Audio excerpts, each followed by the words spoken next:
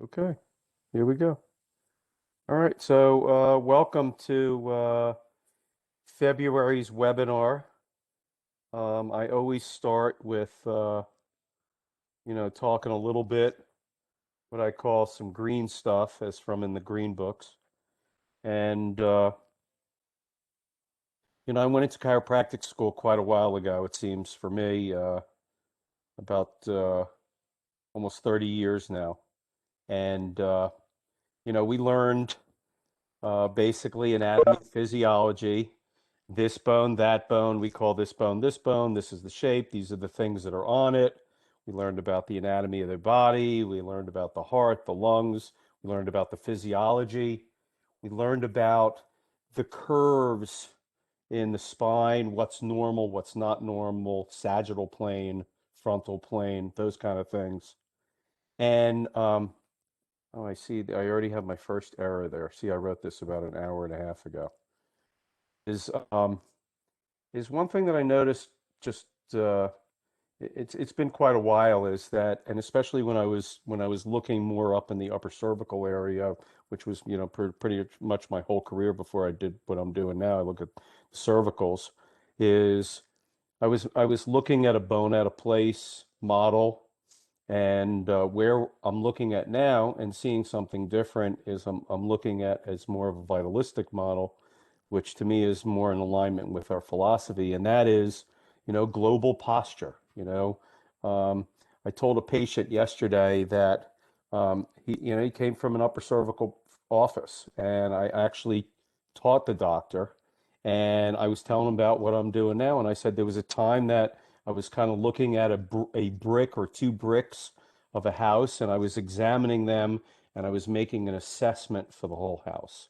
And I found that that wasn't enough for some people. It worked great for a ton of people, but it wasn't enough for some people. So what I look at now is, and it was interesting because I went from a one bone model to a global model to a realizing that I wasn't trying to make somebody straight. I was actually trying to make somebody in their complete full motion. And that really is the the kind of the biggest philosophy that I see now of what we try to do is we try to restore motion to people, you know. I used to think when I was at school that motion palpation was like the craziest thing on the planet, I just didn't connect for me. But from a global perspective, if you have really healthy structure, what should you have? You should have really healthy function. And what is the structure body of the body, human body, made to do? It's not made to stand straight and be orthogonal. It's made to be in motion, okay? So to start that journey and to create a model that we start actually looking at the human body as one thing and not as a piece and a part. And it's pervasive. That kind of thought pattern is not just pervasive in chiropractic, a bone out of place model and an assessment, and to make an assessment about the whole body. It's in everything. It's in everything in medicine. I mean, they pride themselves on it in medicine because you have a nephrologist, and then you have a cardiologist, and then you have a gastroenterologist, and you have everybody. In chiropractic, we don't have it. It's not that crazy, okay? But we are still all making an assessment of the specific area that is our specialty, and then forgetting about the rest of the body. And I found that to be um, a challenge for me. It didn't work for me. So to kind of bridge that, what started that bridge was the concept of tensegrity, and that is, here's kind of a definition of it from somebody. And this guy Buckmeister Fuller, he was an architect, and Snelson, he's a structure guy, and the bottom line is what the current technology is, and this in English, is the fact that the human body is in a symmetrical tension. Okay, so you go, what does that mean? That's a balloon. That's a symmetrical tension. You blow a balloon up, and if all the latex on the balloon is really perfect and nice, you have perfect tension in the whole system. and it has a perfect pressure in the whole system. Okay. So energetically, it is the freest model and the most symmetrical and free moving model that could be possible. Okay. So tensegrity is an lesson, okay? And what that's saying is it's kind of an and what that word means, it's an abstract concept that's going to put things together. Tension and integrity, okay? So Buckminster Fuller, building on the highly original sculptures of Kenneth Snelson, coined the term to indicate the integrity of the structure is derived from the balance of members, tension, members, not the compression struts, not a bone on bone model, an expanding system that is free to move. Okay. So we are that system, but we're not that system also. Okay. Because we're not a balloon system. We're a balloon system that's got a bony system on the inside that is being pulled open. Okay, so the bones are being expanded open, which means the disc spaces are being expanded open. And guess what happens when that happens? We're free to move. Okay, so we have this fascial balloon system, and it's not just a tensegral system because the legs are not tensegral. For it to be tensegral, it needs to be hollow. Okay, otherwise, it's not expanding. Right. So the legs are not a tensegral system, they're a spring system. And the way the ligaments and the tendons are all set up, we're kept to be in this extended position, like our tibia and our femurs are supposed to be in one line. It's an extension. And when you bend that through muscle contraction, guess what happens? You release those muscles and the spring bounces up. And that's what we have is we have this balloon system sitting on these two springs. And then on top of it, we got this big melon, a round weight, okay, that sits on a very cool joint, the coolest joint in the whole body, C0, C1, C2, and it's like a gyro, okay, not a gyro, but a gyro, okay, and that head moves around, and you got this big counterweight. And the thing that's really cool about it is that system and everything is made so we can have maximum motion and maximum balance. And that's what it does is the head modulates. It's this big 18, 20-pound ball that sits up there. It's solid, okay? Bang on your head. It's liquid on the inside, but it's solid on the outside, which is different than the neck and the all the way down to the pelvis, which is hollow with a bony structure support, framing it. Okay, that's different from the head. The head you can't push into. The from the neck down you could push into, and at more places, and at one specific place you could push into it any more than anywhere else. And where is that? That's in your neck. Okay, I mean it's completely hollow all the way around. All right. So then you have these two springs that this body sits on. Okay. And that is what posture is made of. It's not just made of the spine, it's not just made of a bone.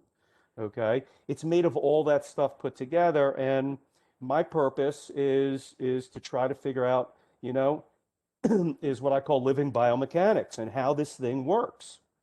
Okay. Because if you want to know how to help it, you know, and I use that word help it, truly. It's not to fix it. Okay, patients say to me, what do we got to do to fix it? I said, I don't know that answer, but I do know how to support it so that it could heal, it could stay as healthy as possible, and you can have lots of miles on it. Okay?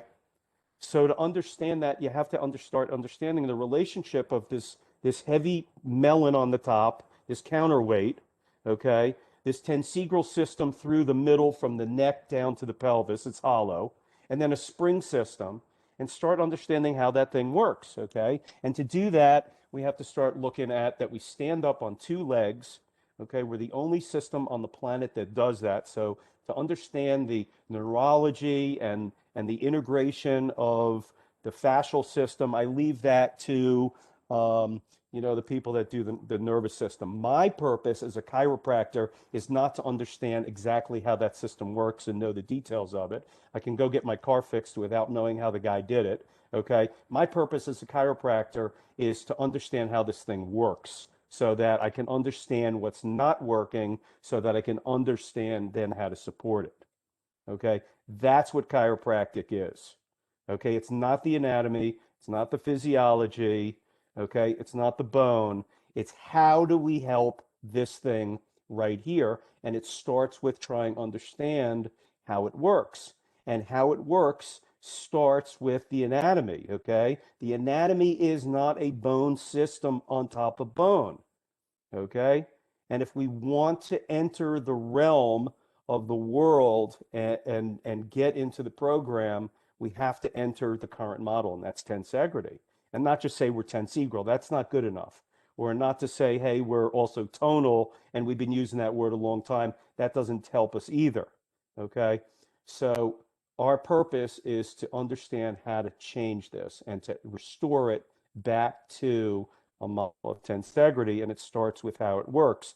And it's simple. How it works is it works through the writing reflex. And with the writing reflex, it's interesting, as I used to say, oh, the head tries to be on top, but it doesn't just try to be on top, okay?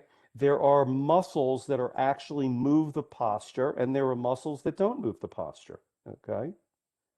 And there's normal motion that is supposed to be moved in the spine. And I'm not going to get into the details if that's what the seminar is about.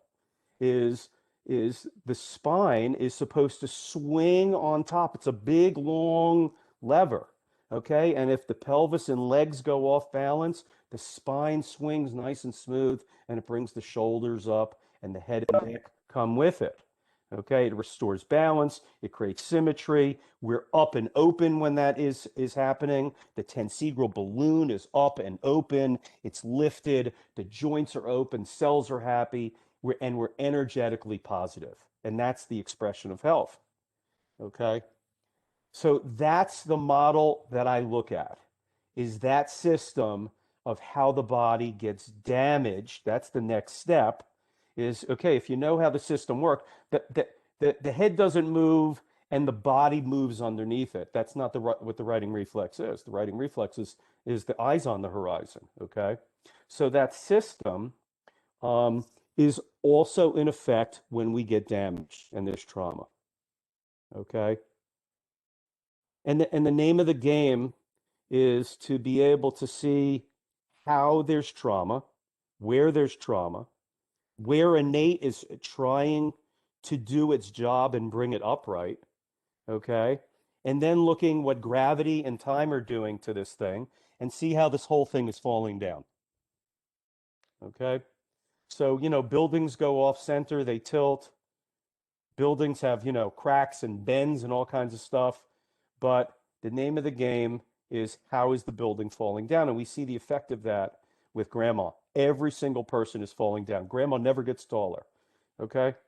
So my direct experience is that tensegrity and the tensegral balloon is collapsing over time, and that's what we watch. And that's based on the expression of basically these four things: the traumas to the body over time, the compensation that it has, gravity, the external pressure, and over time that we weaken. Okay. So what happens is there is a waveform that is supposed to be normal. There's textbook normal of this perfectly straight spine in the frontal plane and three curves in the sagittal plane, and people measure this, that, all this kind of stuff. Okay. At the end of the day, okay, this thing is breaking down as one thing based on two things. Okay, nature and nurture. Okay, what God gave it, okay, as its power source and the way it's been taken care of. Nature and nurture. Those two things, okay? And what we see when people stand in front of us, when they lay on the table and we palpate them, okay, what we run the scope with, what we check the leg with, what we look at function, okay, as far as motion, okay, there are docs that check certain ranges of motion, and what everybody else is seeing is the breakdown of this system because everything is degenerative. I tell my patients, if you don't have a knife in your head, then it's breaking down based on nature and nurture, degeneration. Okay? And that's what we're in the business of. Is this is a degenerating structural system, all right? And structure dictates function, so you got to start there. We are on prime real estate. And the first thing that I do is I start looking at these abnormal waveforms. Okay? So what is the abnormal waveform? Well, you got to know what the normal waveform is. Okay? So trauma has normal patterns and it has abnormal patterns, just like anatomy and physiology textbook has a textbook zero pattern. I'm not going to call it normal because normal is not what it is. Okay? I've never seen zero on anybody. And what everybody's looking at. I don't care if you're a cardiologist or you're an orthopedist. If you walk in and you look at this picture and the guy says, you know what, my neck is killing me. Look at that lateral. I can't understand why, man. It hurts right here. It's at this big bone sticking up. It's killing me. Can't understand why. Okay, because the muscles are trying to hold them up. My low back hurts. My shoulder hurts. I needed a hip replacement. I got high blood pressure as the person's 3 inches shorter than they used to be.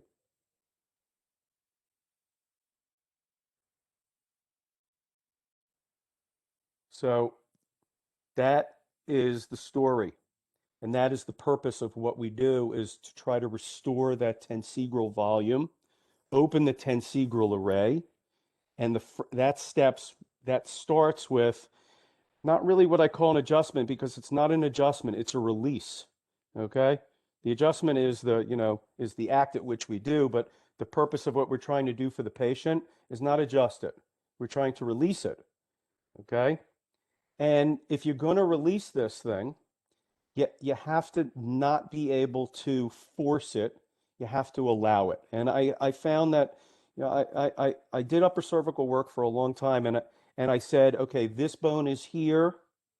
The atlas is up 3/16 of an inch. I'm going to drive that down. I'm going to push it down. That's not what I do with this system here. This system is a spring system. It's a balloon system. And what I'm going to try to do is find a way so that it can expand, so it can release. So it's a concept of like you bend your finger backwards and let it go and it releases. Okay. So I'm not trying to push this system into place. I'm trying to get it released so it can go back into place because it knows where it's supposed to go. So my job as as a chiropractor is to free this system the way it wants to be freed, okay? So that it can go and be on center because it knows how to create balance by itself.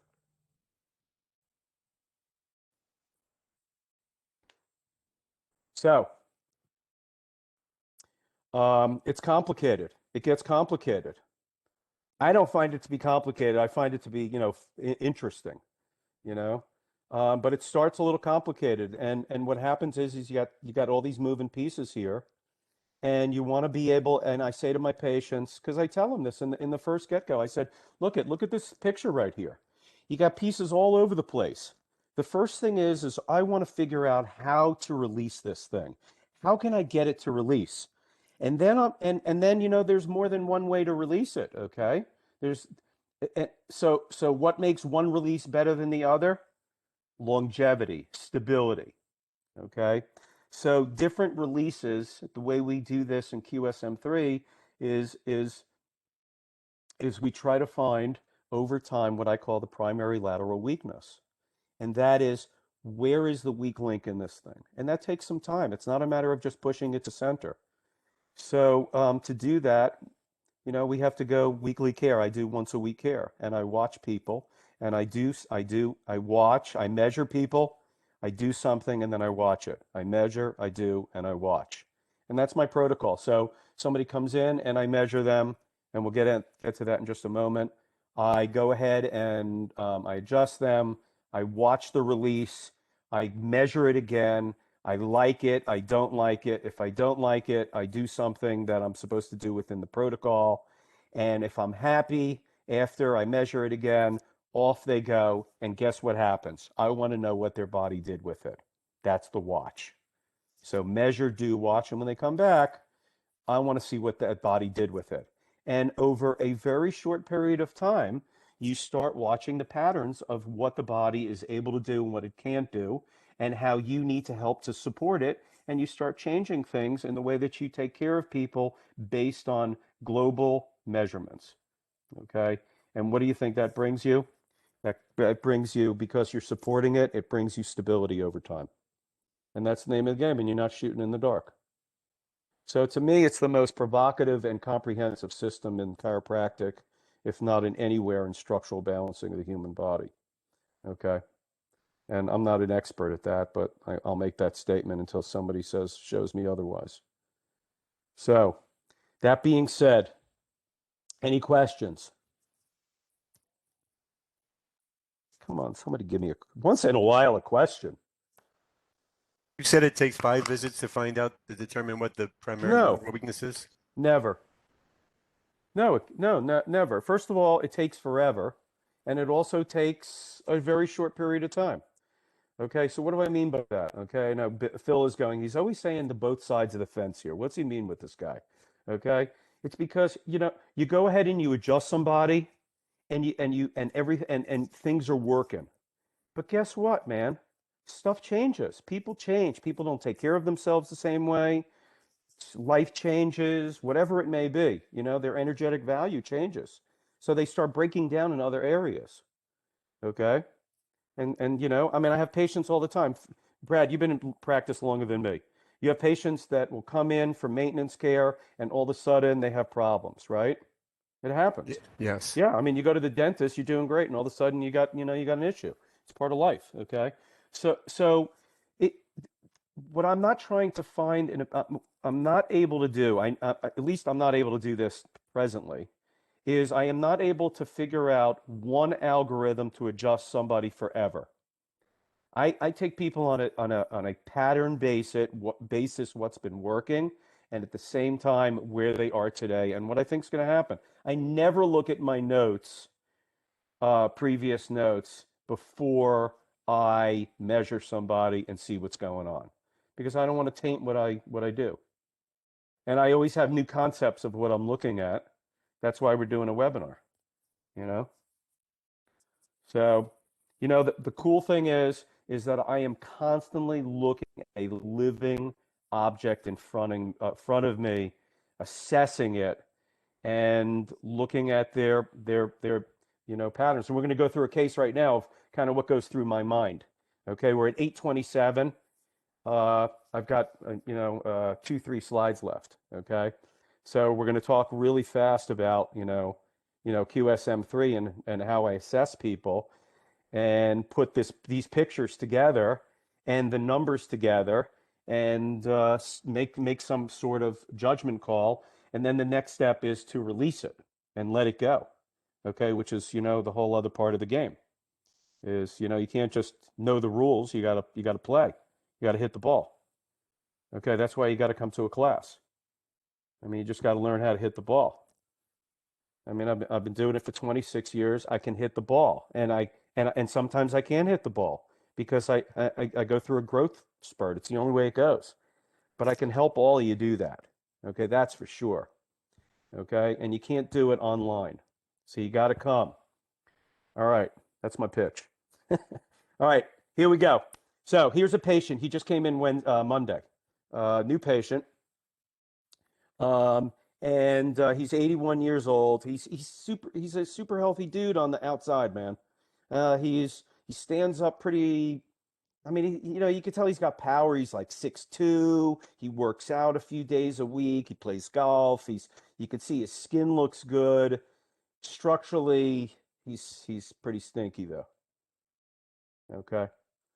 And he's had 15 years of sciatic issues on the right side. He gets epidurals, it goes away. And for the past year, he's had left-sided sciatica, and it doesn't really go away all the way. And he had another flare-up with it in October. They put another shot in there, and he's got a presently a consultation with some guy to do a microdiscectomy, okay, which he won't do, okay, since he's talked to me. And not because he won't do since he talked to me and I'm gonna like I fixed him mentality. That's not the case.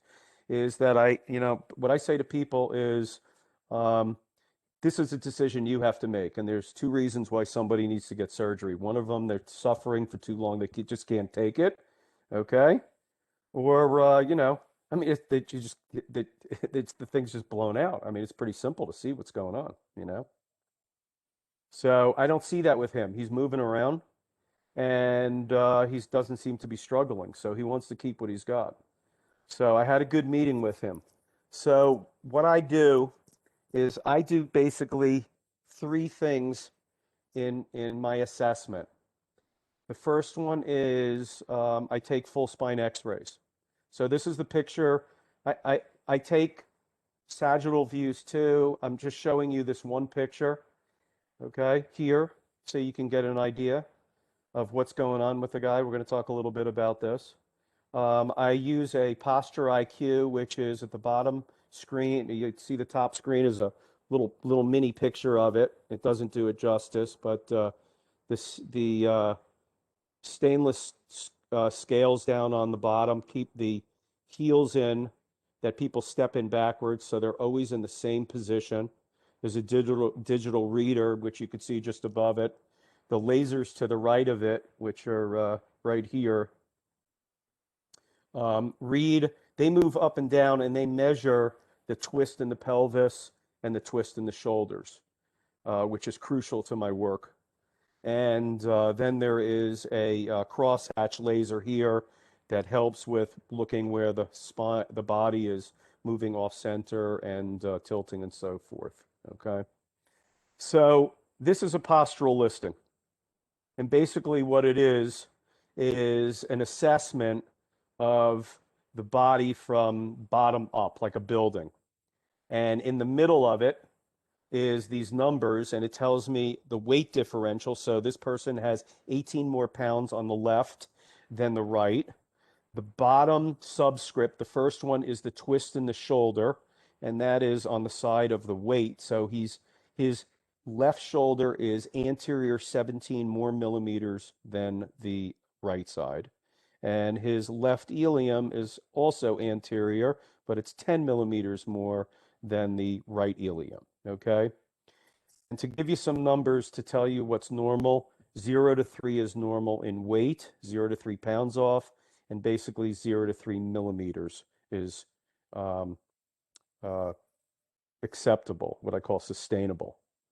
When you get to a number that's 10, somebody is really compressing. And that rotation number, just as I think most of you already know, is the most important number there is. So it's not weight differential by any means.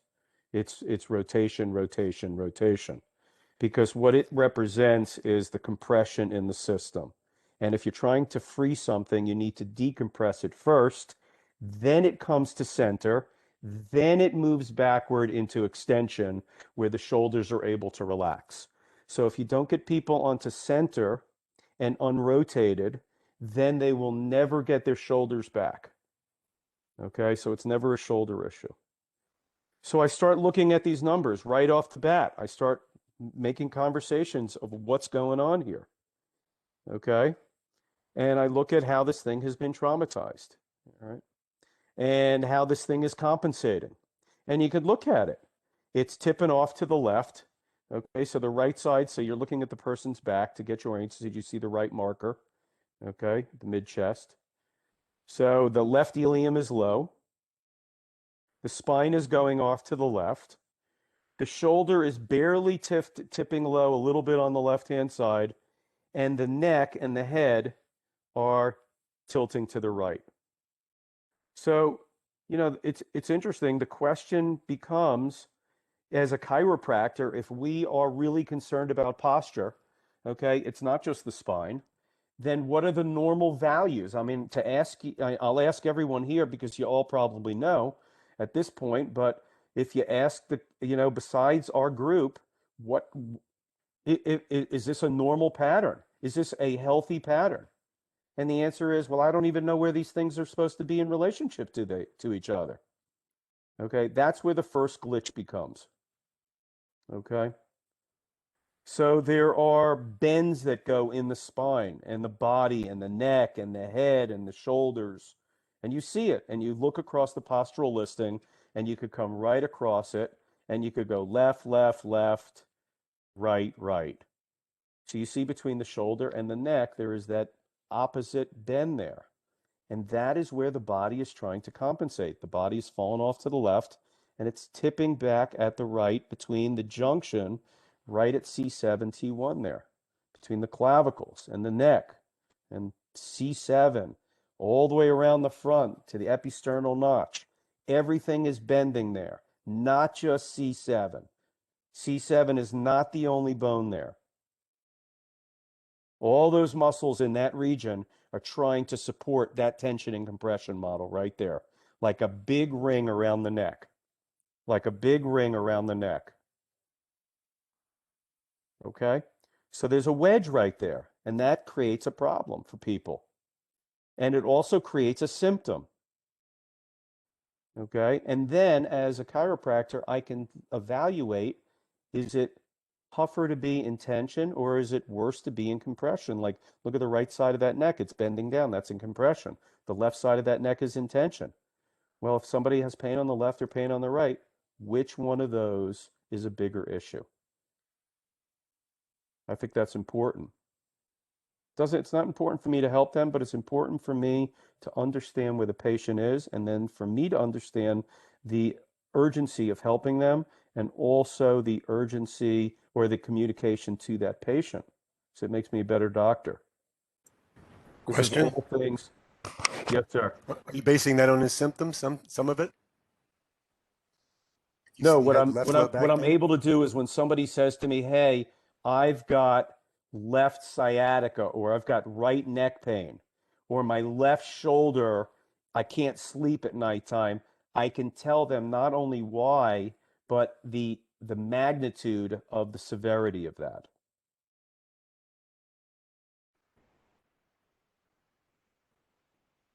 Yes? Yes, thank you.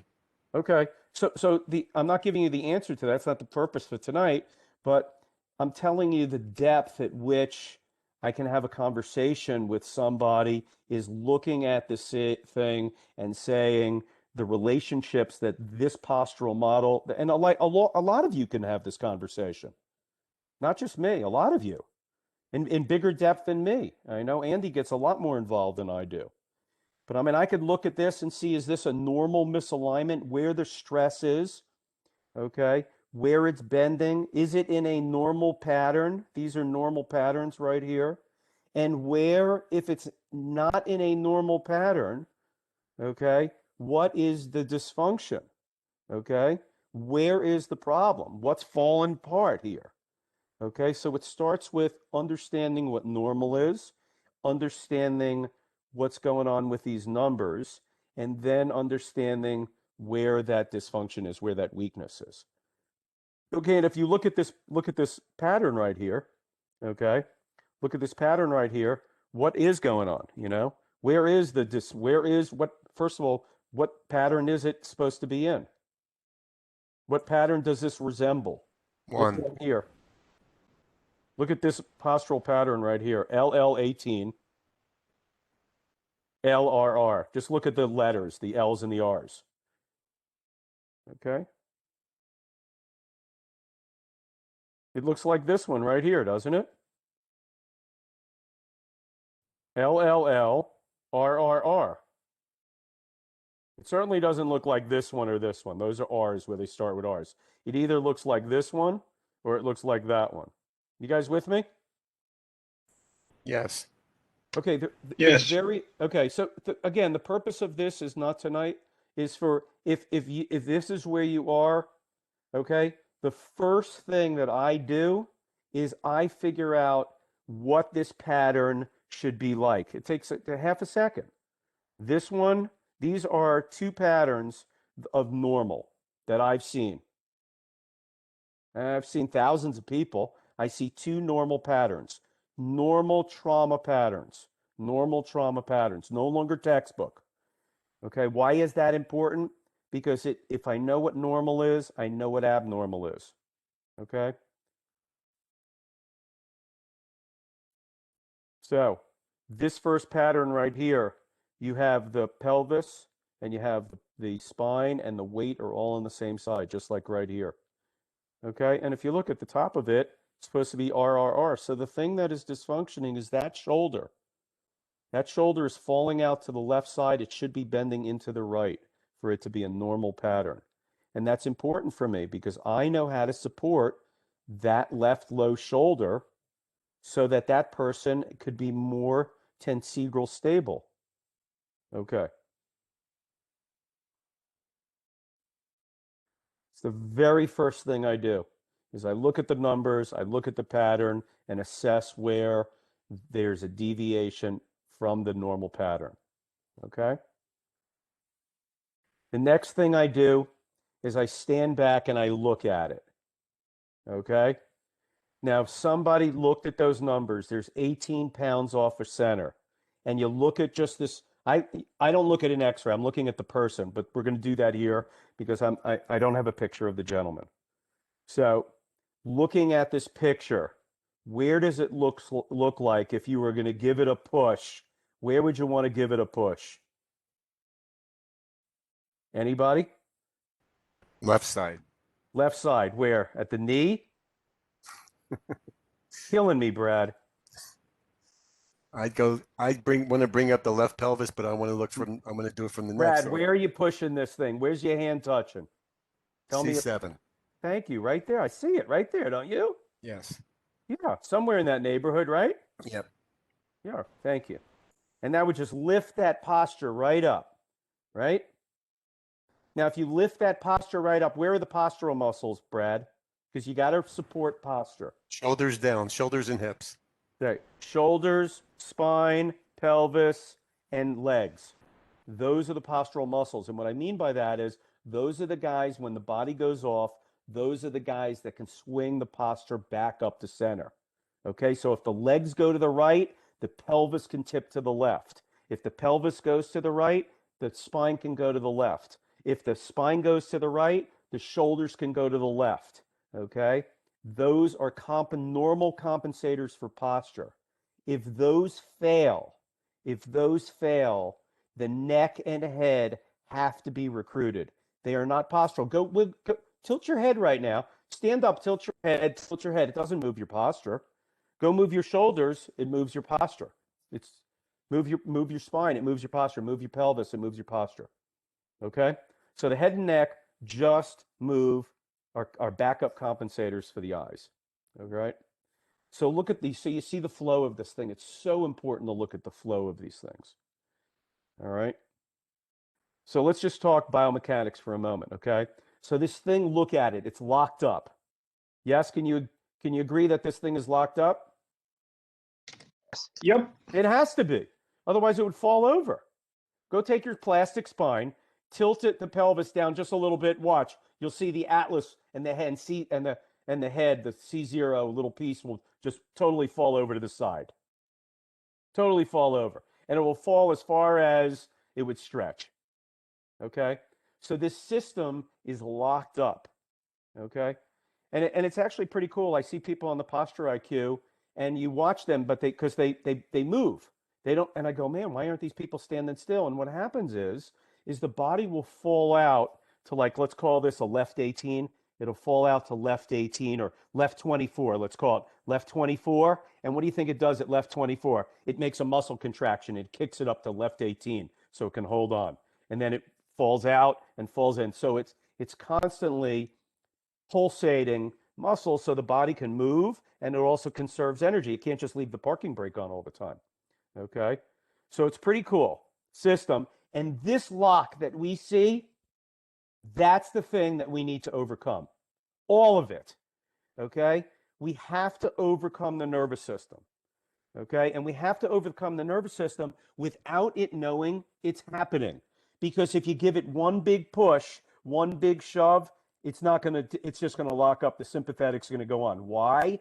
Because this is one giant nervous system made to protect itself. So once you give one jolt in, the body goes into some sympathetic reaction. You change the pattern. You're going to lock things up. It ain't going to work. Okay? So it's ineffective.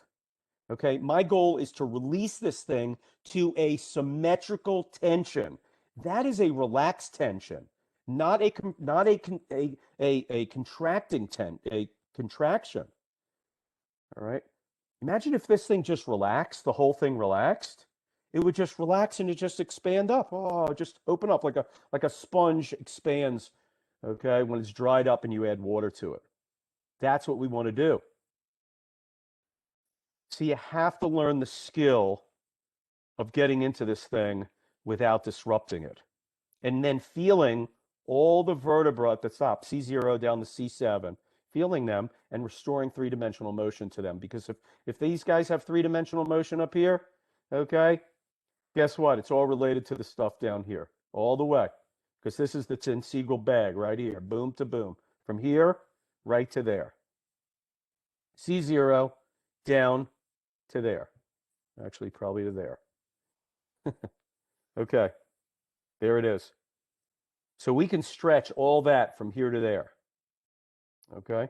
So what we do is every single person I start off, and this is a new patient, came in, and I look at him and I said, even though he needs to be adjusted on the left side, I could see it, man, like it's yesterday.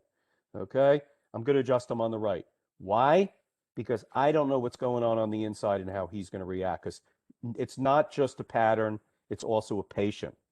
Okay? It's not just a pattern, it's also a patient. If it was just a pattern, I would go, okay, I'm going to adjust it on the left because the last 100 reacted the same way. Well, they didn't. They didn't. Everybody needs something different. Okay? It's kind of cool. It's like every patient, you go into it and you have to try to figure it out. If you're into that game, it's exciting. Okay? I love it. So, this patient, I adjusted him on the right and then I adjusted him on the left. Okay? So, if I can, right here, right, and then left. And the reason is I adjust, the algorithm for everybody is to adjust the weight last. So I adjusted them right, left. There's also, and again, I'm going to say this, whatever side I'm touching, I make sure everything is free in every dimension as well as I can. C0, C1, C2, C3, C4, C5, C6, C7. Okay? All of them. I touch every single one of them in their range of motion, on their side, restoring motion, using a concept that protects the body. Okay? And that's a concept of bend points. Okay? And that is each side of the neck has an optimal place that is healthiest for the neck. Okay? And on the right side, okay, on the right side, which is this side over here, okay, it's C0. So right C0 bend point is the optimal place to release that whole side and the other side and all of it three-dimensionally, the whole balloon, because there's not just one side here and the other side. There's no such thing as that. It's just one thing, one balloon, okay? And balloon biomechanics is not for today, okay? But it doesn't behave the same as when you push a brick. It's a balloon. It behaves differently. So so at C0 on the right side, C1, C0, that is my optimal place. It gives me maximum release, okay? It's like the big cleat on the boat. Big cleat, big tension lines, okay? On the left side, it's C7. It's always the opposite side. Okay, and you could see the C7 part, probably the easiest, is C7 as it sits on the table is like here.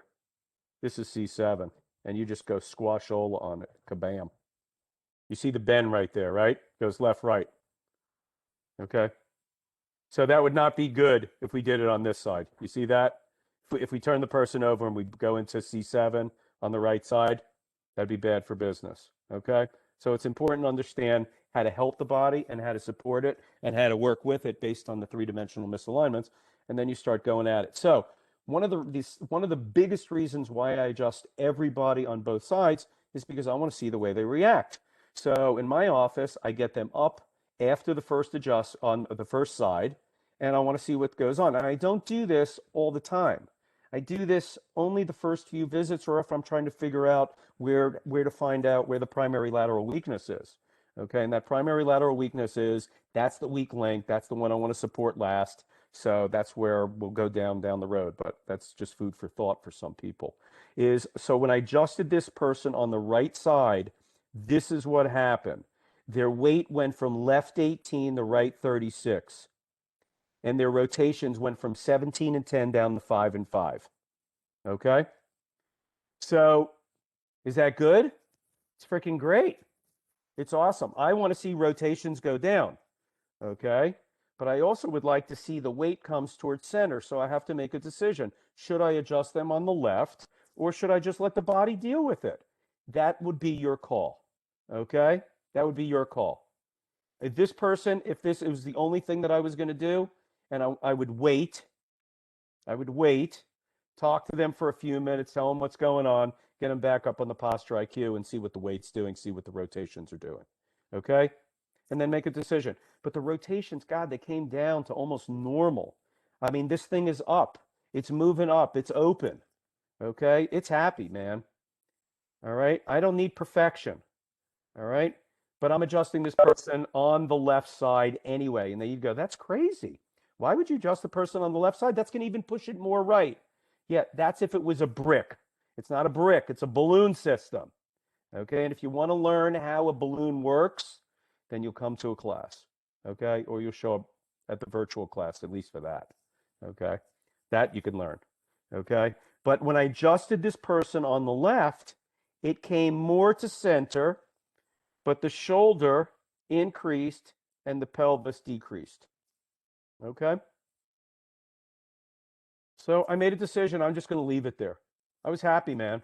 I'm super happy. I would have been happy with the first one. 36 pounds was a lot. And, but I could have left that there all day long too. Okay? That would just be your decision.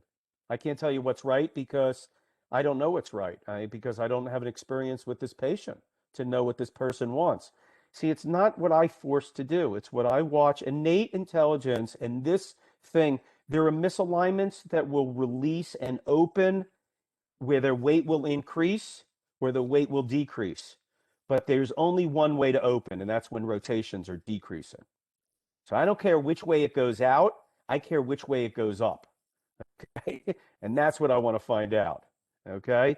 Then once it's up, I watch it to see if it needs my help. If it needs my help, then I'll help it. Okay? Pretty simple. Okay, but the protocol, first visit, both sides. I did that. I watched what happens. I let them go. Okay, I'm sorry I'm running a hair late, like usual. So here was the pre. Here's the last slide anyway, I believe. Here's the pre. Okay, and here's what he came in with. All right, so let's just go back. He left. So this is what his body did with a left, or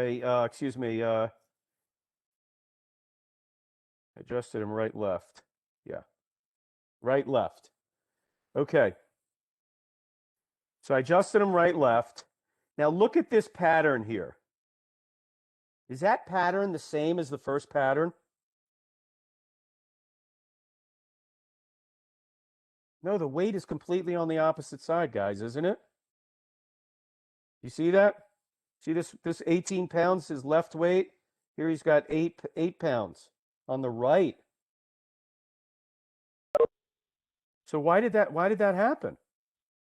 So something must have been all jammed up and it's sprung out. So in a misalignment, we have things that are damaged and we have things that are stuck. If something is stuck and you release it, it's not coming back. Okay? So most likely with this pattern, this is going to be his new pattern right here, is what I'm thinking. Okay? His rotations came way down. Okay?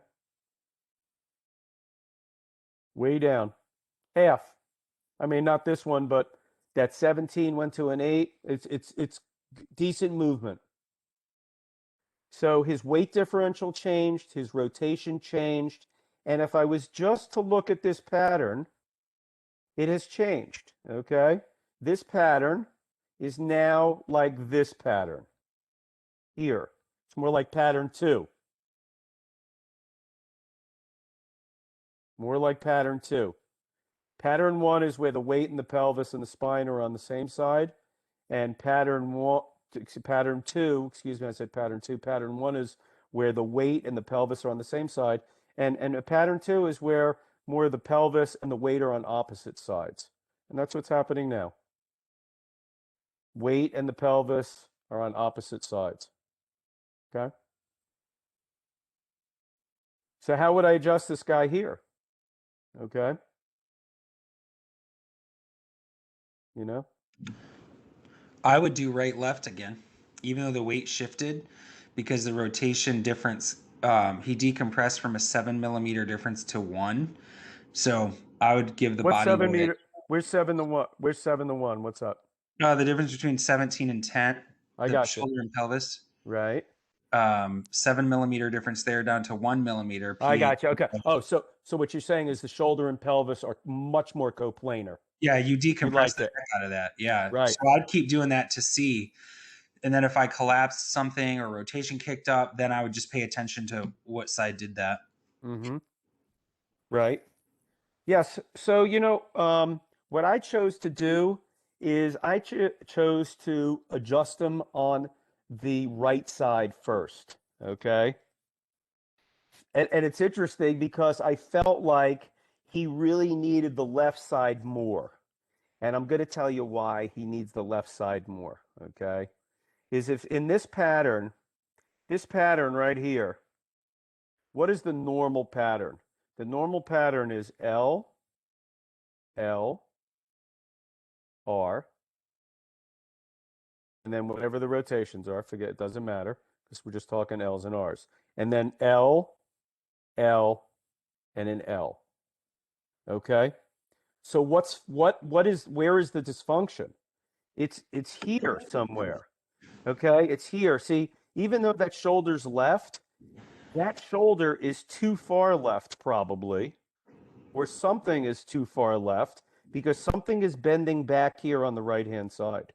Do you see that? So something on the left is failing.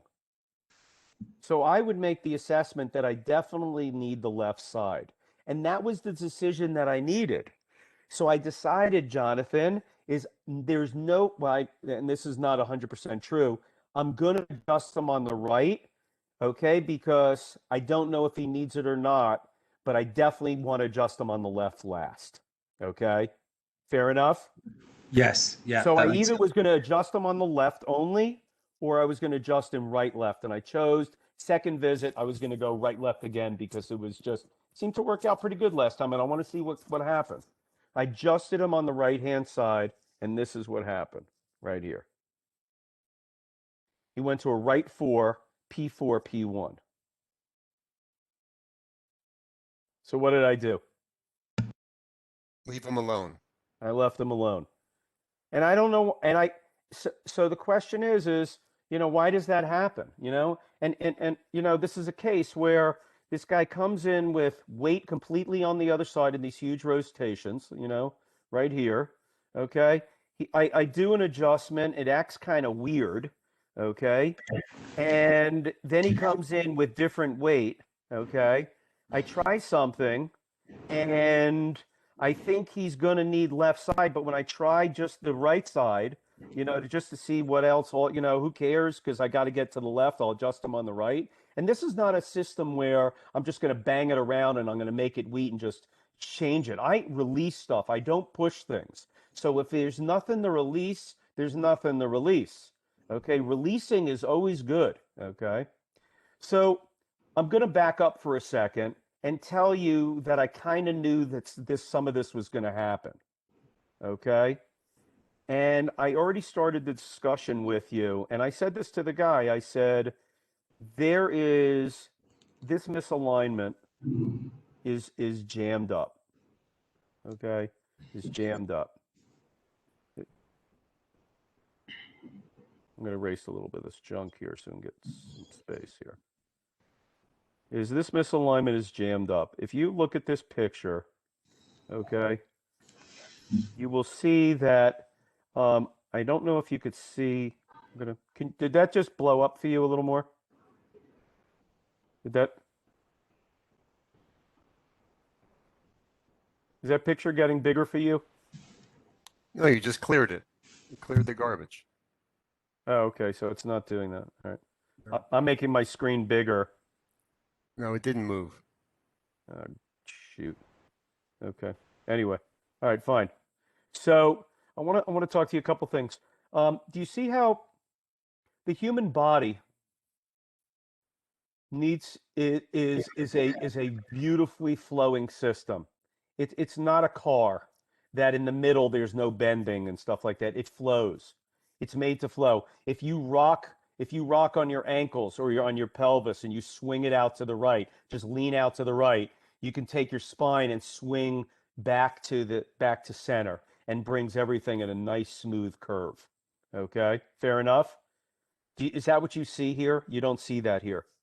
You see basically a pelvis that is tipping off to the left, but you're seeing a spine that's relatively straight.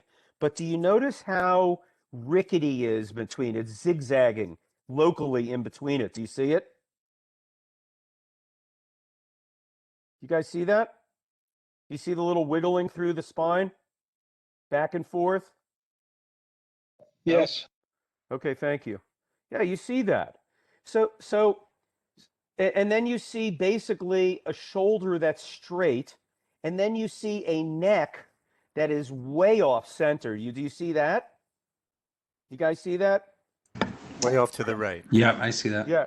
Karen, do you see that?